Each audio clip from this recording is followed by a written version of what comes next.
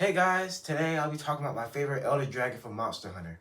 Now, there are a lot of different Elder Dragons that I love personally, just basically based off either design, abilities, or just boss fights. But to me, my number one favorite will always be Nergigante. Let me tell you why. Nergigante, design-wise, is a very good-looking monster. It's kind of like what would happen if you mix a traditional dragon and you mixed it with a porcupine, African porcupine to be specific. But I like the way they kind of gave it the ability that it didn't give it any kind of elemental kinds of abilities. It just gave it the ability of just regrowing its spikes when it's damaged, and then makes it sharper the more times it gets hit. Me personally, I like that as an aesthetic because to me it kind of shows that this monster is fighting just basically off of physicality alone, not just using elements because it doesn't have any elements, but it's just using just physicality in its own spikes against other elder dragons.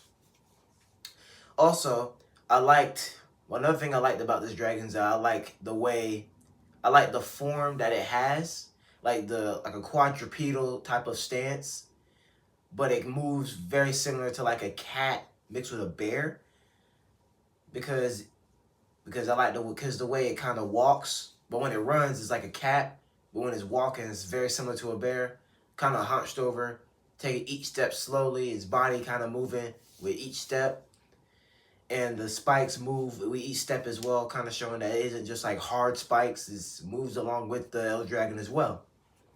I also like the boss fights with Nergigante, that and the other variant with I can't remember the name of that variant, but the one where spikes turn to iron. I personally like that version of Nergigante. Well, not just that, I like all versions, but I like Nergigante strictly because of how battle hardened it is. Like it feels like a warrior type of Elder Dragon compared to the rest of them. Because all the other Elder Dragons have crazy elemental abilities that can just destabilize ecosystems. And this thing doesn't have any elements. It's just eating and fighting the Elder Dragon just based off of hands and spikes.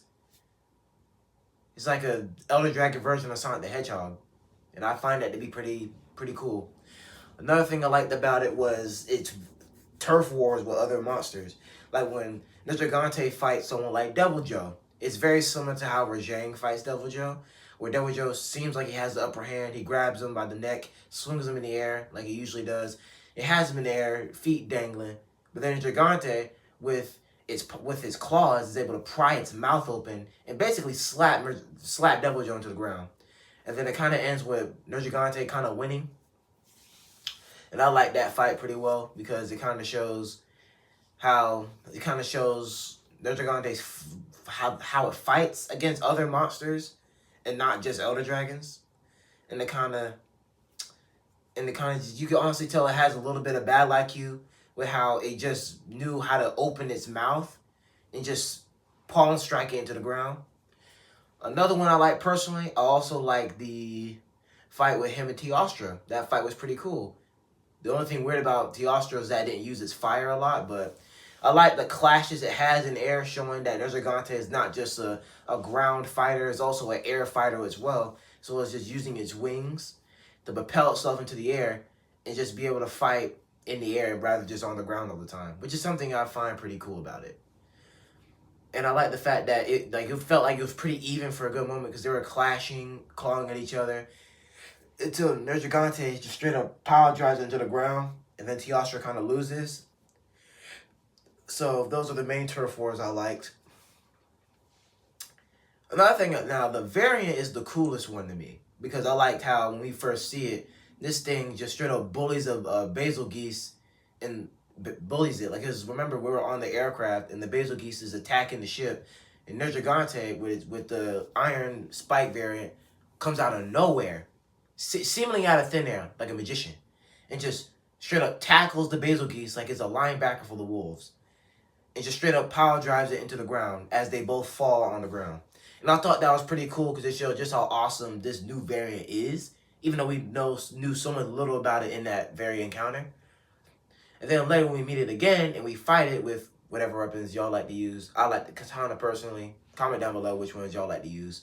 But when you fight it, it's like a more buffed version of the original Nergigante, where spikes do more damage, and it does that effect, that bleed. I think it's the bleed effect, where your health bar slowly starts depleting because of the spikes. And then they still kept the same mechanic where the more you strike at a certain spot with the spikes, the more it kind of, the harder the spikes got. And the fact that we don't know how this thing evolved to get iron spikes. I personally don't know. I don't know the evolutionary line for that. Because that thing just seamlessly has iron spikes. Like from One Piece with iron body. With the CP9. And it just straight up makes it harder the more you hit at it. Which I find pretty nice. And it's able to do the same things the original one does. Like bash his head against the floor. Throw the spikes at you. Uses his wing as well that does the same thing. And I like the fact that the move it does, where it flies into the air and it kind of does like a giant ground pound, where it sends spikes everywhere once it crashes the ground on impact. I find that to be a pretty cool move.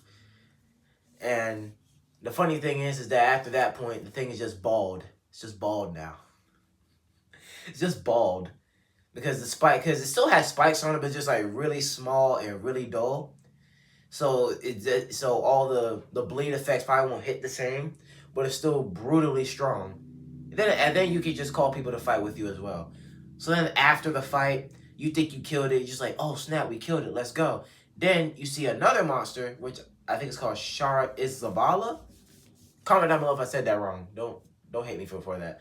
But yeah, when we started fighting that thing, which was basically like a sound ninja from Naruto, just started screaming at us, literally. And after the fight, after you think that you bring it down, the thing comes back up, and you're just like, oh, here we go again. We have to start fighting. So, you know, the cutscene shows you're all ready to fight it again. Then suddenly, Nergigante, that we thought we just killed, came back from the dead, essentially, and just straight up takes this thing by the neck, and just straight up chomps his neck out. And then it just shows just how cool this thing actually is, because this thing is actually smart enough to play dead. Because it played dead until we were done fighting that one monster. And then it showed that it was weak enough. It just straight up pounced on this thing's neck like a lion in an impala. Just jumps on this thing's neck and eats at its jugular. This thing was cooked from the start. And then after that point, we thought we had to fight him again. No, thing just runs away. Just runs away. But overall, I strictly like the monster for its design choice, and as well as the cutscenes that has within the game. I like both variants, but I love their turf wars. I feel like Monster Hunter really did really good with that. But overall, the monster is just a great monster. I hope they use it. I hope they use him in Wilds, because I know they put in Gore Magala, but I hope they put him in Wilds as well, because I think it would be pretty cool to see Nergigante pop up again.